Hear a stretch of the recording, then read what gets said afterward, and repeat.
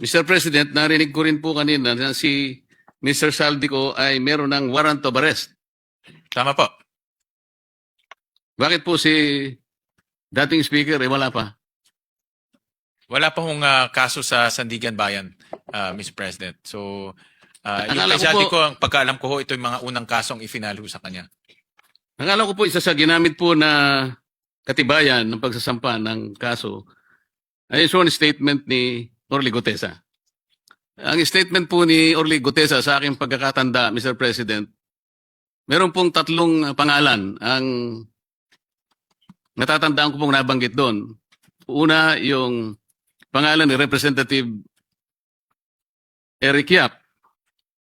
Pangalawa, yung pangalan ng dating Representative Saldico at pangalan ng dating Speaker Martin Romualdez. Ang sabi po ng mga Amerikano, Mr. President, the sauce for the goose is the sauce for the gander. Bakit parang, ba't po hindi nagsabay?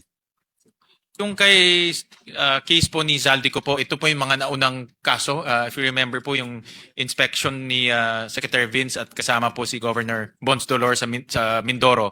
Ito po yung naging basehan po ng pag-file ho nila ng case. So- Final ho nila to sa Ombudsman September 29. So mas maaga po itong kasong to.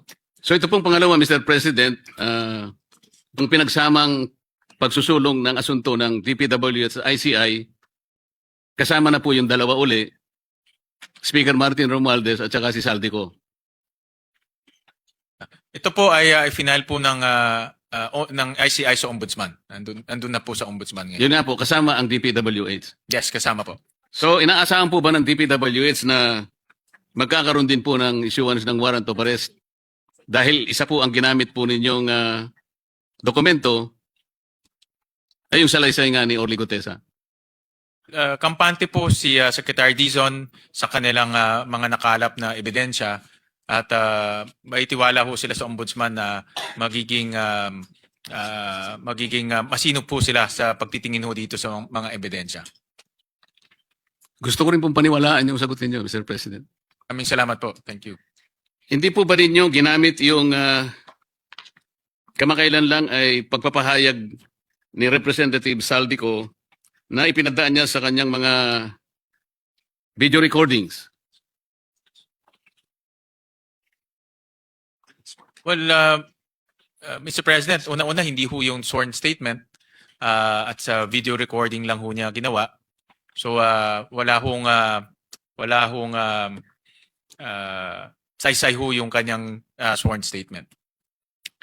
Wala pong saysay yung kanyang statement, hindi pala siyang sworn. Sorry, Mr. President. Pero Mr. President, kung inyo pong susuriin yung Republic Act 6770, ito po yung charter ng Ombudsman. Kung tawagin po yung Ombudsman Act of 1989, dito po sa Section 13 ng batas na ito, Mr. President, sinasabi po na the Ombudsman and his deputies as the protectors of the people shall act promptly as complaints filed in any form or manner. Hindi po sinasabi rito, Mr. President, na kinakailangan nakanotaryo. Kasi baka mamaya peki na naman ang nakuha niyang notaryo.